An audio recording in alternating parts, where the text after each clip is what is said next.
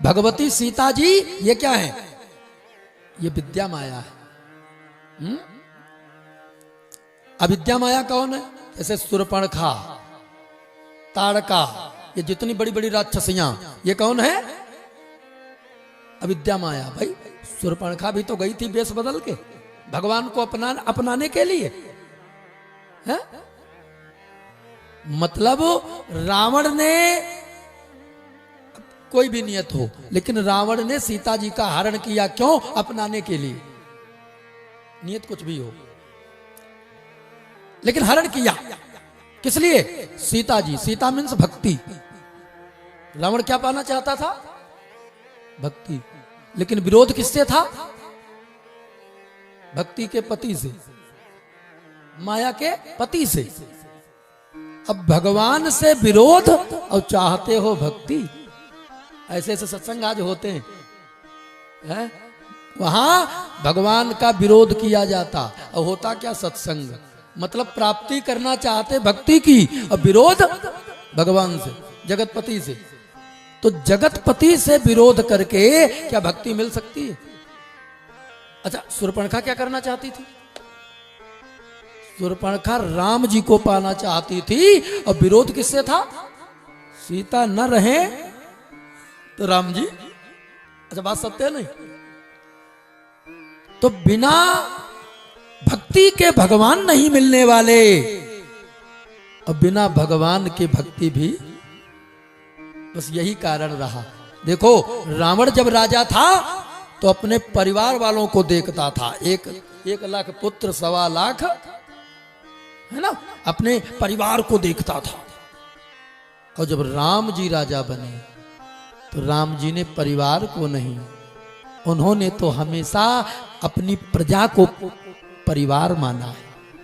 परिवार, ये है अंतर राम और रावण में। बोले गोविंद भगवान की। मद भक्ता यत्र गायन्ति तत्र तिष्ठामि नारद। हे नारद, जिस भगत के अंदर मेरे लिए सच्चा प्रेम है, अनुराग है, मैं वहीं वास करता हूं। लेकिन नारद, एक समस्या है। समस्या क्या मालूम? समस्या यह है, मृत्युलोक में जब तक गुरु न किया जाए तब तक मेरी प्राप्ति असंभव। ये नियम है। हमारा धाम पाने के लिए जीवन में गुरु करना आवश्यक है, बहुत जरूरी है। तो नारद, तुम जाओ, इस बालक के गुरु बन जाओ, दीक्षा दे दो। नारद जी आए। ऐ बच्चे, कहां जा रहा है? गुरु लोग होते ना, परीक्षा लेते, कहां जा रहा है? तब सामने बाबा को देखा, प्रणाम किया। बाबा जी प्रणाम। बड़े प्यार से प्रणाम किया और अब बताने लगे, मैया ने भेजा है और कहा है जंगल में जाओ, भगवान मिलेंगे, भगवान को ढूंढने आया हूं। अरे पागल हो गया क्या? क्या भगवान कहीं जंगल में मिलते? लौट जा जल्दी, नहीं तो भगवान नहीं मिलेंगे। जंगली जानवर कोई ग्रास बना लेगा। और जैसे कहा जंगली जानवर कोई ग्रास बना लेगा, भैया, तब मालूम ध्रुव कुमार जी ने क्या कहा? ध्रुव कुमार जी का उत्तर जरा सुनो, बड़ा प्यारा। ध्रुव कुमार जी कहते हैं, बाबा तुम कहते हो कोई जंगली जानवर ग्रास बना लेगा, तो वैसे भी ये शरीर कौन काम आने वाला? अच्छा बोलो, आता है क्या? कब तक? जब तक श्वास है तब तक ये कीमती है, और श्वास निकला फिर है? जैसे एक उदाहरण दो, 2 रुपए का एक मिट्टी का कुंभा ले आए। कुंभा समझते? कुंभा समझते आप लोग? कुल्हड़। हाँ, कितने का लाए? 2 रुपए का। और 2 रुपए का कुंभा लाकर अब उसमें मोहर असरफी भर दिया। अब वो कितना कीमती हो गया? तो बहुत कीमती हो गया। रहे थे कुल्हड़, मोहर असरफी भर दिया, अब कीमती हो गया। और थोड़ी देर बाद वो मोहर असरफी फिर अलग कर दिया और कुल्हड़ वो फिर अलग रख दिया। अब बताओ कुल्हड़ फिर कितने का है? अब तो बिका माल भी वापस नहीं होता है। कुल्हड़ कीमती कब तक था? जब तक मोहर असरफी था। और जहां मोहर असरफी अलग, अब बिका माल कहीं वापस होता है? अगर वापस ही होते तो जब डिस्पोजल नहीं चलते थे, बारात आती थी, देखते रोड के इधर उधर सब कुल्लड़े मिलते। अब 50 पैसा का भी 2 रुपए वाला अगर कोई वापसी खरीद लेता, क्या एक मिलता? वैसे ही हमारा आपका शरीर ये मिट्टी का कुंभा है, और इस मिट्टी रूपी कुंभा में मोहर असरफी रूपी श्वास है। और जब तक ये मोहर असरफी रूपी श्वास है तभी तक ये कुंभा कीमती है। और जहां मोहर असरफी रूपी श्वास गई, फिर इस कुंभे को है कोई पूछने वाला? इसका नाम क्या है? मरण धर्मा। शरीर का नाम क्या है? मरण धर्मा। 3 ही गतियां हैं। आग दे दो, मुट्ठी भर राख बन जाती है। मिट्टी दे दो, तब भी मिट्टी में मिल जाता है। जल प्रवाह कर दो, फिर भी कीड़े खा जाते हैं। क्या है? मरण धर्मा। इसीलिए ध्रुव कुमार जी कहते हैं,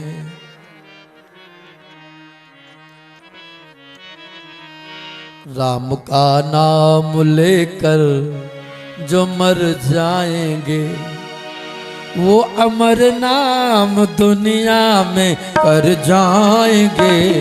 राम का नाम लेकर जो मर जाएंगे, वो अमर नाम दुनिया में कर जाएंगे।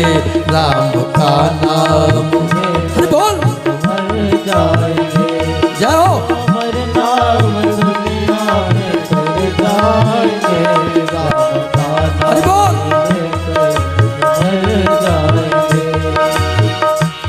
राम का नाम लेकर जो मर जाएंगे, राम का नाम लेकर जो मर जाएंगे, वो अमर नाम दुनिया में कर जाएंगे।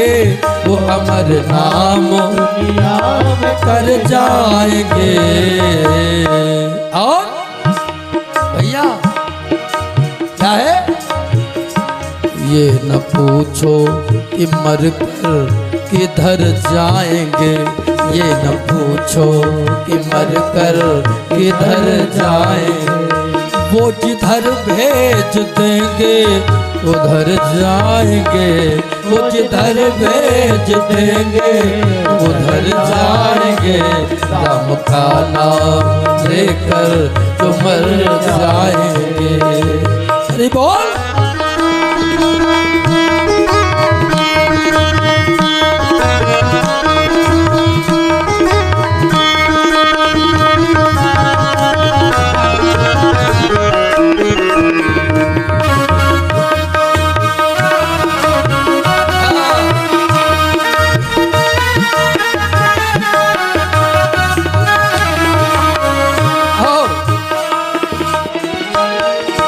श्वासों की माला हरि नाम की, ये श्वासों की माला हरि नाम की।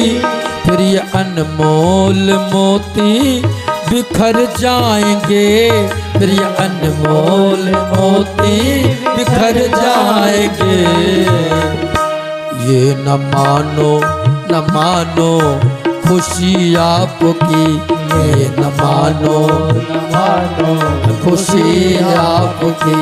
हम मुसाफिर कल अपने घर जाएंगे, ये न मानो खुशी आपकी। हम मुसाफिर कल अपने घर जाएंगे, का नाम लेकर जो मर जाएंगे। वो अमर नाम दुनिया में कर जाएंगे, वो अमर नाम दुनिया में कर जाएंगे। ये न मानो खुशी आपकी, और हम मुसाफिर हैं, हम ही नहीं हम सब मुसाफिर हैं, और कल अपने घर जाएंगे। कौन घर? असली घर जाएंगे। तो ये सब नकली में बैठे हो कहा? सब नकली?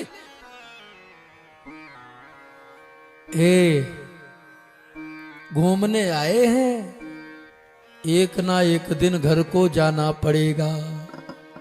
यहां तो धर्मशालाओं में रह रहे हैं, ये कोई घर है? सुबह निकल गए, फिर शाम को आ गए, लेटे सोए, फिर सुबह गए, घर है? सुनो जरा अंदर से जोर डालो, विचार करो इस पर। शाम को पता लगा अंधेरे में घर पहुंचे और बस भोजन किया, सो गए और सुबह फिर निकल गए। ये तो धर्मशाला ही हो सकता है, घर कहां? इसीलिए कहता हूं असली घर जाएंगे, वही है असली घर। घट में है सूझे नहीं, लानत वैसी जिंद, तुलसी वा संसार को अब भयो मोतिया बिंद। मोतिया बिंद इनमें हो जाए तो इलाज हो सकता है, लेकिन जब ज्योति लाइट में होता है ना, इंग्लिश में जिसको डिवाइन लाइट कहते हैं, अंदर वाली, उसमें जब मोतिया बिंद होता है ना, तब अस्पतालों के चक्कर काटना बंद, क्योंकि वहां नहीं ठीक होगा। का फिर तो एक ही जगह है केवल, क्या? बिनु सतसंग विवेक न होई, बिनु सतसंग है विवेक न होई, बिनु सतसंग विवेक न होई। राम कृपा बिनु सुलभ न सोए, राम कृपा बिनु सुलभ न सोए। सत्संग रूपी पंडाल में जब आकर बैठोगे, धीरे धीरे ऑपरेशन अपने आप हो जाएगा। ऑपरेशन कैसा?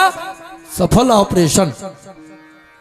भैया आज यहां पर नारद जी ने ध्रुव कुमार को मंत्र दिया। मंत्र क्या है? ओम नमो भगवते वासुदेवाय। द्वादश अक्षर मंत्र। ओम नमो भगवते वासुदेवाय, ओम नमो भगवते वासुदेवाय। और जैसे मंत्र मिला, अब कहा तस्मात् गच्छ भद्रं ते यमुनायास्तटं शुचि, पुण्यं मधुबनं यत्र सानिध्यं नित्यदा हरे। बेटा इस मंत्र को पा करके अब तुम सीधे वृंदावन चले जाओ। यमुना याष्ट तटम शुचि, यमुना का तट तुम्हारे लिए अति सुंदर होगा। क्यों? यमुना जी के किनारे पर जाकर बस यही मंत्र जपो, ओम नमो भगवते वासुदेवाय। आ गए संत कृपा, और गुरु मेहरबान तो चेला पहलवान, क्या कहना है?